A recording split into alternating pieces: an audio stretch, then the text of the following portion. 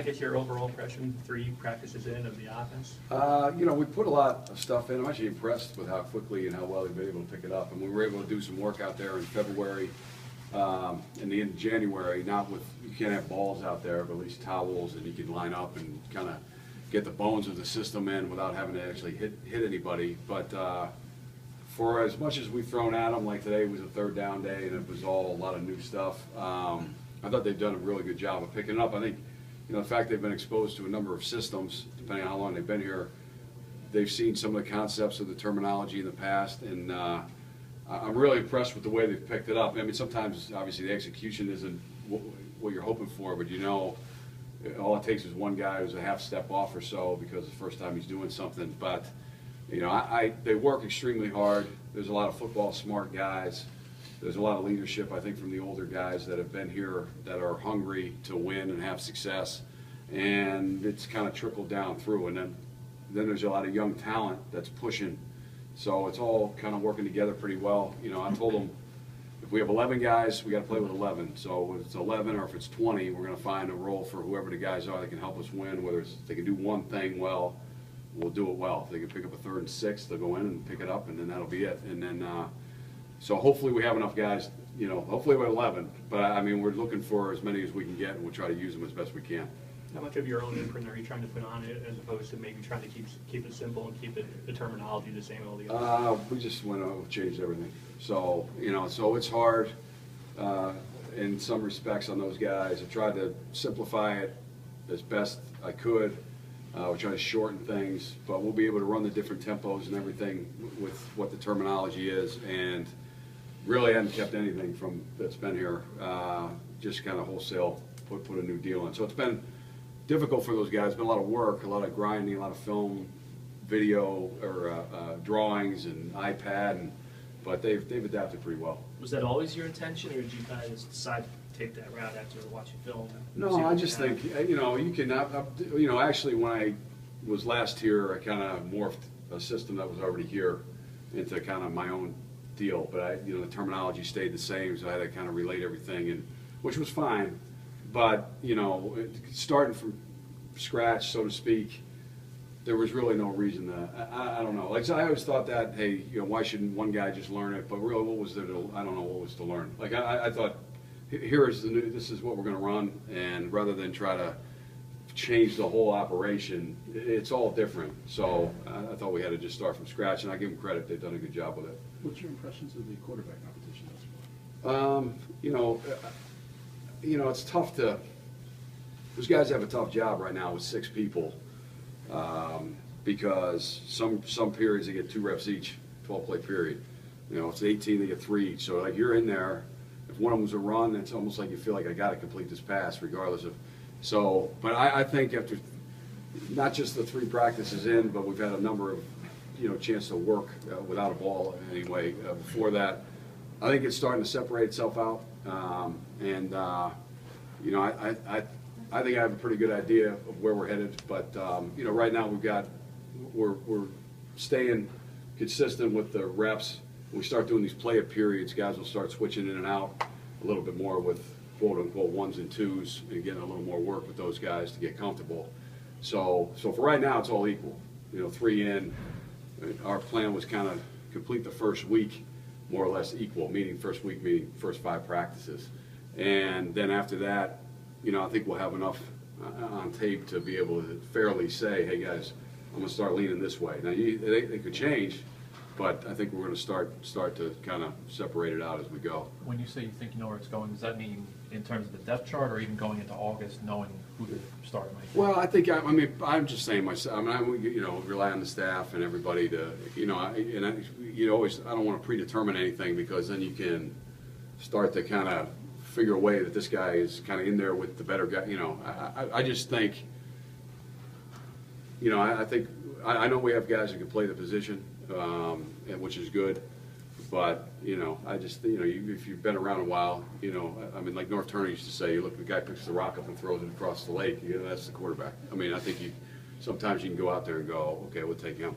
So, but we'll see how it all goes. There's a lot of work left to do, and, you know, we'll see how it goes. Are you looking for the best quarterback, or are you looking for the guy who runs your system the best? Well, the system is pretty adaptable to, we got all the gun runs, we can run it with the quarterback, we can throw it deep, we can throw. So, to me, it's really the best quarterback, and then we'll worry about adapting what he does best with the system. And I think we're trying to, even when I script it now, I try to accentuate their positives as best I can, in the system. I don't know who's going to be in there, and if a guy misses a block, all of a sudden, he doesn't get to run the play, or so you're dependent on a lot of guys. But even when we're scripting them now, we try to say, okay, these are the, talk to the guys about these are the plays you like. Okay, we'll try it. Now you got to grow at some point, start getting them a little uncomfortable. But I think there's enough in there that could fit all 6 of these guys. So really, just looking for the best guy. What's your comfort level in playing a true freshman as a quarterback? Well, I just think if, in fairness to the team, if he's the best guy, he plays. I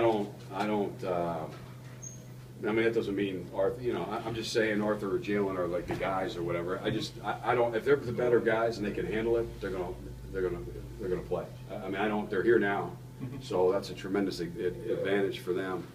And, both of those guys, again, and I'm not saying, but both of those guys are very mature, football smart, talented guys. So if they can handle the job, then, anymore, to me, I mean, guys are on like 5-semester plans in college football for the most part. Now, not so much quarterbacks, but if they're really good, they are. Skill guys are. And, maybe they stay for 5 years, but there's not a lot of that. So, yeah, I don't have any reservations about it. And if we feel like they can handle the job, then that's what we'd have to go with, in fairness to the team. Really. How much is that? Take 2 more questions. How much does that give them? How much of an advantage does it give them? Can you quantify that being here in the spring? I don't. It's like not even close. I don't know if we've done in 2 months a tremendous amount of work. Like I left L.A. thinking, oh yeah, I don't get the players till April 15th. Like you get here, they're here. And so you're in the meetings, the cut-ups, the film, the reps. I mean, there's a lot to work through, particularly for those 2 guys in terms of, just calling plays in the huddle, taking snaps under center. There's just a lot of little things, never mind the big things that they have to deal with. But I don't know what would have happened if they didn't get here because, they get here in June or July, they're kind of on their own. Even though they're with the team, there's not a lot, you can't meet and talk football. So I just think about all the work we did already in 2 months, and we got, 4 more weeks of spring ball left. It's invaluable, really. Yeah, it gives them a big advantage. Raheem Blackshear, I mean, what are your impressions of him, and where does he think he kind of fits in your scheme? I really like him. I mean, I think he's a super kid, and he's got tremendous talent, and we just have to find as many ways possible to give him the ball, and and keep him upright for 13, 14, 15, whatever games. So because I think we have a couple home run hitters, so to speak, on offense, and he's one of them. And we got to have him, upright for the whole stretch. But in saying that, we also got to make sure he gets the ball X amount of times a game and give him a chance to put the ball in the end zone. So do you have to come with a touch count, maybe, rough estimate what you want to get? Yeah, I think you have to. I think you have to go into the game. I mean, when Ray and Brian were here, they were getting the ball. The number was 50.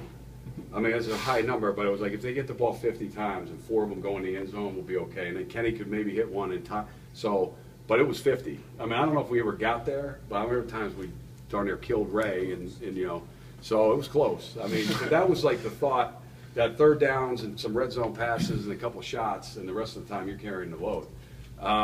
So I think with a guy like Raheem, I don't think we want to give him 50, but I mean, we want to make him count when he gets them. And then, a guy like Bo, guys that have just different level speed and ability, we have to make sure we give him a chance to put the ball in the end zone. Do you expect to be a tight end friendly offense? I mean, you have a really good tight end, Yeah, obviously, he's not healthy this spring, and I like the group. I mean, they're young. Vokalek's got a chance to be really good. I think he's just got a long way to go in terms of growing into his body as much as anything. He got here 208, and he's 2 whatever he is now. And so, yeah, I mean, and the freshman Jalen Jordan's got a chance to be a really good player. He's just very, very raw. It's a good thing he's here early. But I think you have to be. I think that creates a lot of problems. I think that's where football is going. I know where it went from like everybody's four wides to, that's not really what everybody's doing anymore. They have these big guys that can run just like wideouts, Yep. and they're bad matchups for people. And obviously doing it the last couple of years, one of the best ever, and a guy who's going to be really good, and Henry. You kind of just see the possibilities a little more than maybe I did in the past. Thanks.